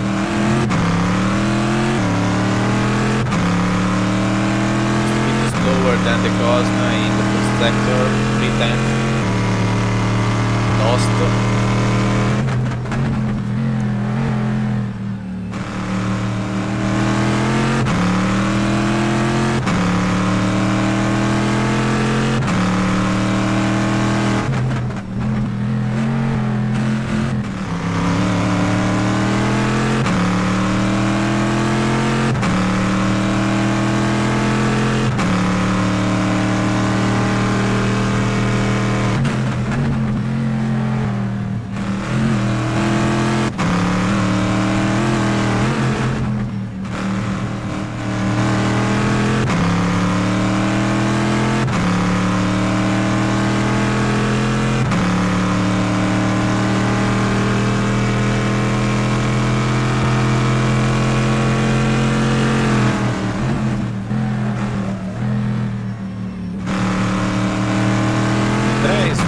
fast through the last corner compared to the Cosna. Yes.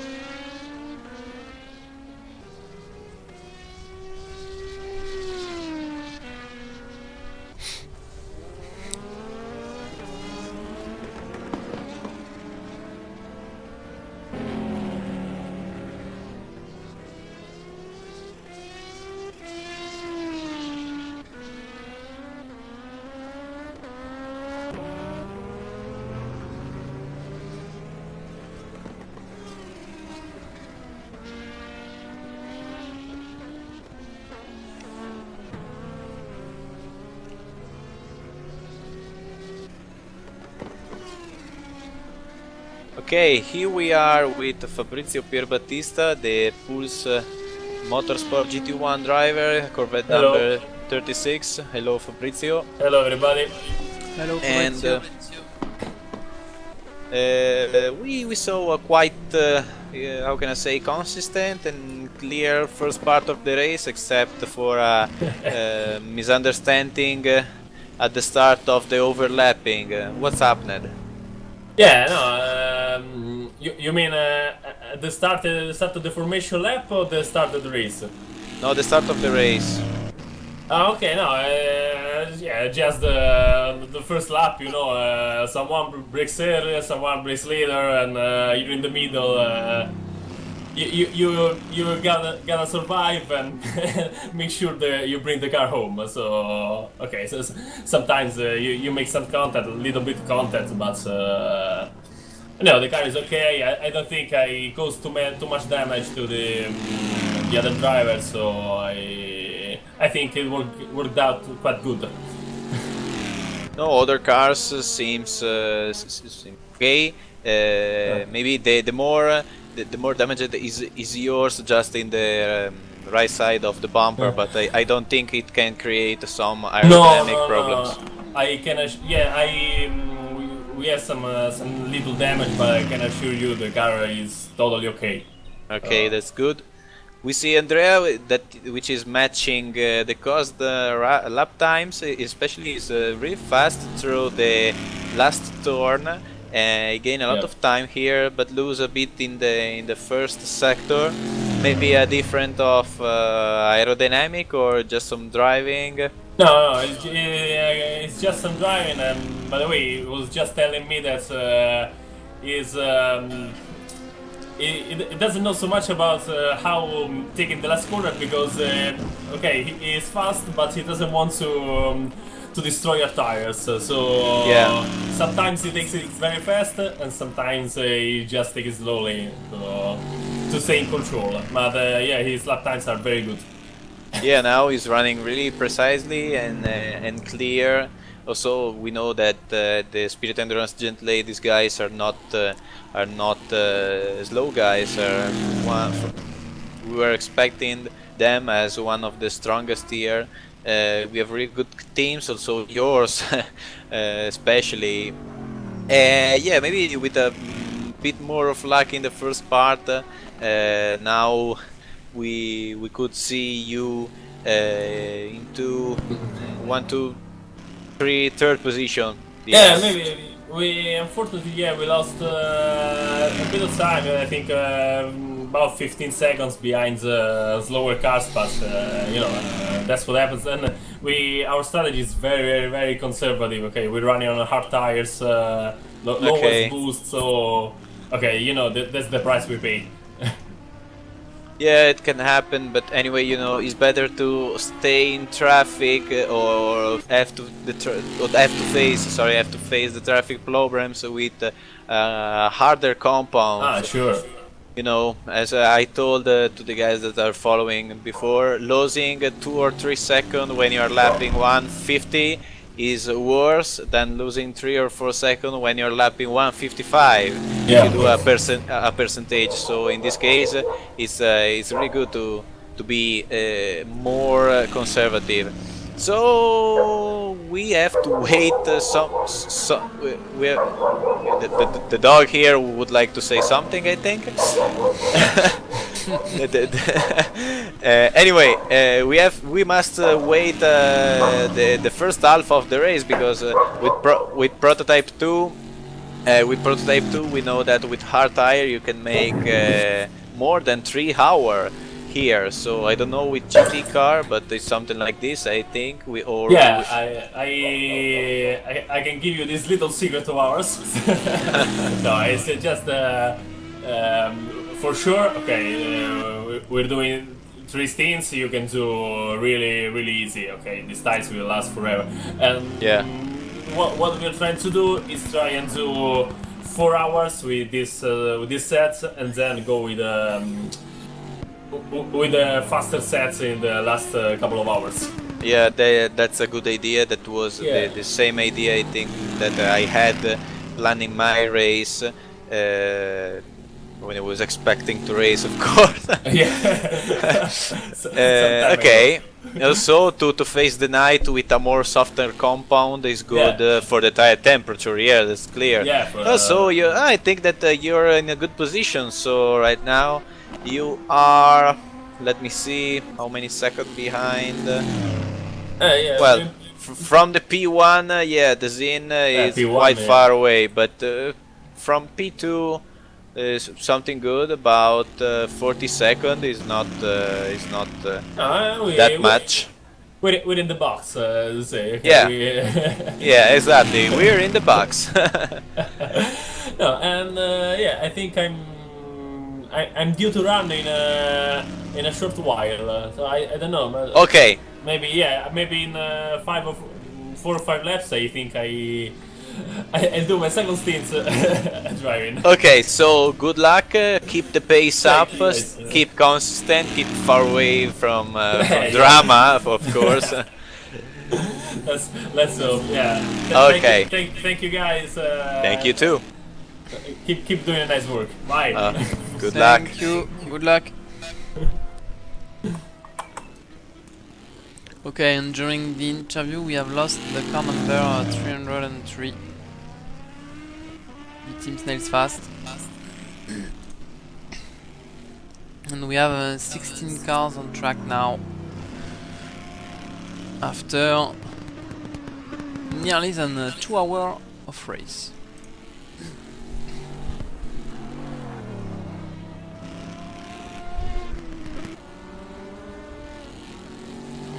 Yes, precisely 2 hours has been passed, 1 and 59 minutes. Everything is running quite normally. Is the typical moment when the strategies start coming up, I think.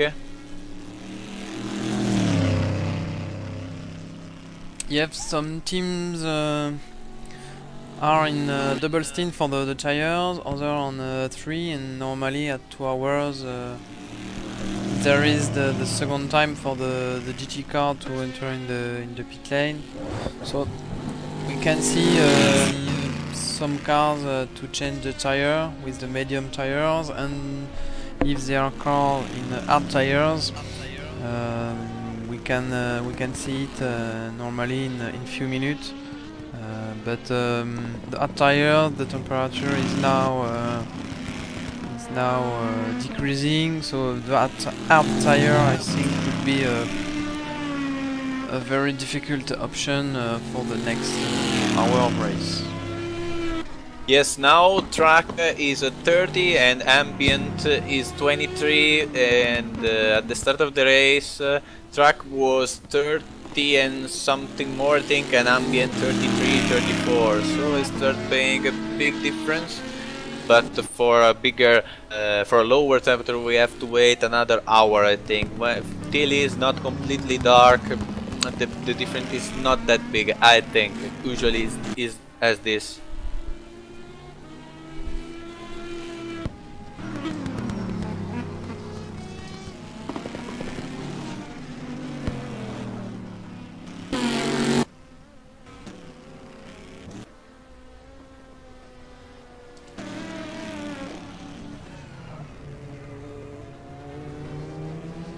And there is a driver swap for the car number 51.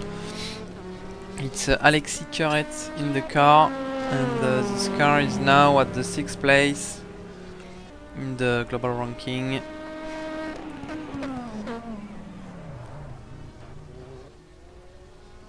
And Stefano Zanobini is now at the 2nd place with the Porsche Race Spider Evo, just in front of Denis Greco. Denis Greco have 15 seconds late to the car number 10. And I have to underline that probably the cause has made a driving mistake, because now Di Cello is at 4 seconds and something more than 4 seconds behind him, while before was like 12.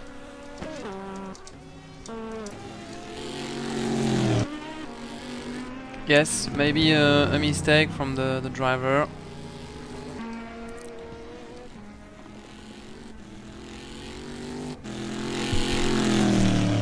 Also, Di Cello is gaining time on Garcia. When we were making some questions to his teammate Fabrizio, the gap was about 30 seconds, now it's 38 and is going lower. So really interesting part of the race for them, and start gaining time while you're running a really conservative strategy is really a good point. It's really a good point. It's really It's really basic. It's fundamental. Keep the pace, not maybe the fastest possible, but you know, stay in the box, as Fabrizio said. Maybe the moment when you can risk something is after the slower part of the strategy, when you put the more aggressive tire and made the last part of the race. I am quite worried on their choice, because 4 hours on the hard is really much, and 2 hours on the medium is really much too. So it's going to be tricky for them, especially the last hour on the hard tire, I think, and the last part of the race on the medium. For the first, it's not a big problem, but for the last part, it's going to be really tricky. But maybe, you know, with dark light, with dark, you can't, you're not going to push all that much you could do at the start of the race, for example, where the visibility is perfect. So maybe this aspect can help you to preserve the tire a bit, you know.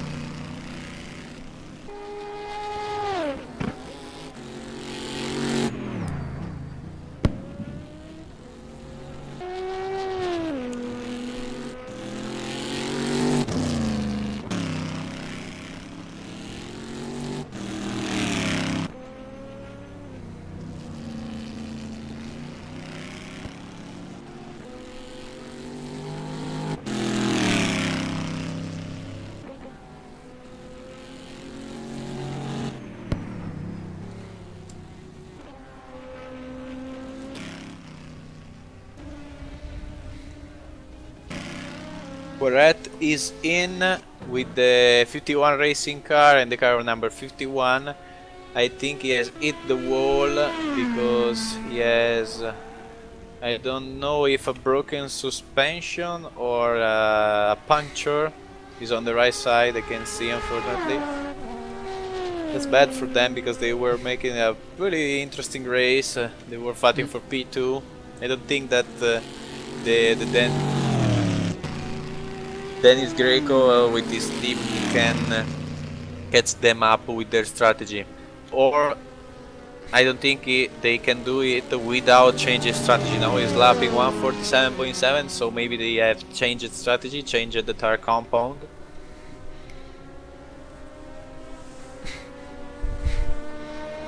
It's very long for Alexis Queret. Yes. Also, Dazin has called the pit stop, the leader of the GT1, of the GT car. So maybe he's going in.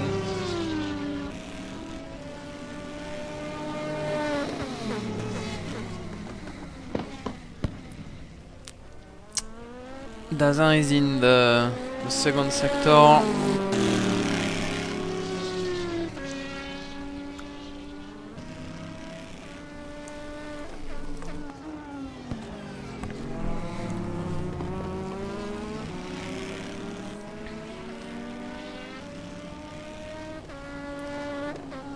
Dazin has delayed his pit stop call and always talking about the GT car. Andrea Di Cello is at 1 second point 6 10 behind the Cosna, but Di Cello I think is going to pit right now.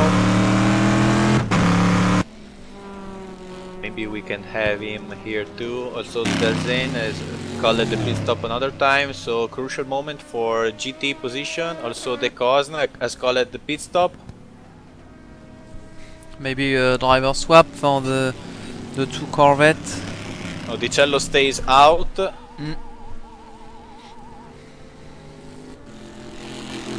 Dazin is in. The Cosna, Dazin is in and is right behind the Cosna. What a huge part of the race for him. Let's see what Dazin especially is going to do. The two Corvettes are in the pit lane.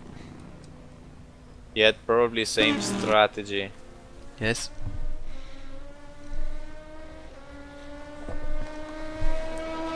Tire change for the Cosna.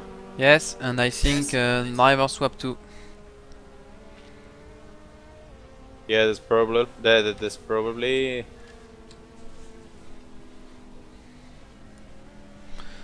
And there is no driver tire change for the 68. Yes.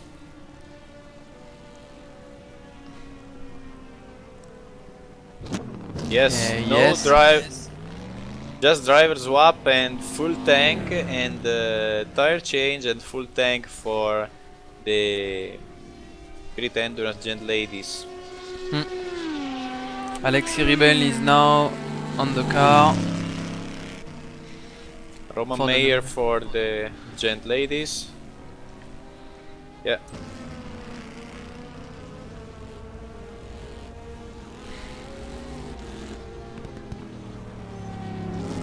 Very surprised that for the tire strategy with the number 68. But they are running really fast. Or yeah, they are on hard tires. Don't think that Medio can last more than this. It will be a suicide. It's impossible. Andrea Di Cello is in the pit lane. Yes, they are going to make a swap and the refuel, as Fabrizio told us. And they will not change tires, so normally they will come back on track in front of Meyer.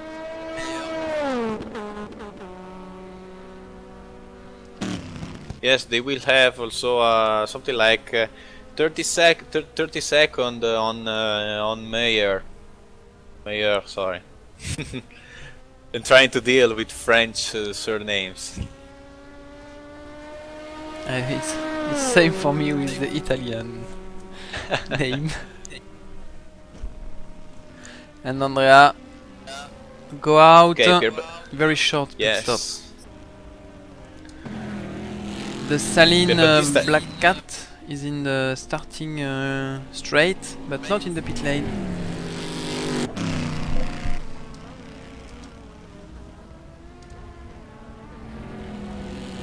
That's really good for Pulse Motorsport, guys.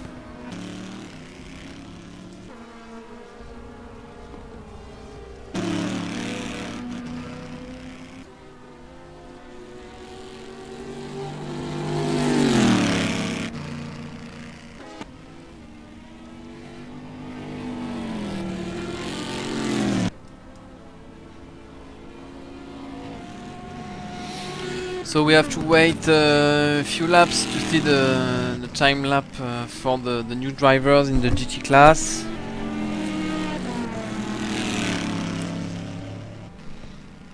Look at where the Endurance Gent Ladies guys has dropped changing tires. They are behind Prevot from the Black Cat and Scalé for the Sicania. Yes, but I think the hard tire will be a very tricky choice for the next hour. Yeah, it could be that the performance is going to drop. Also, Garcia is going in.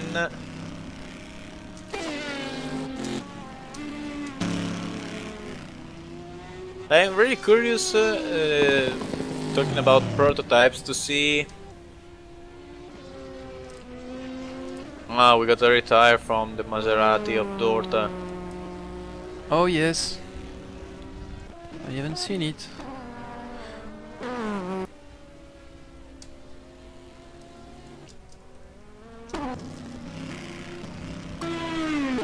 Going to catch Andrea if possible.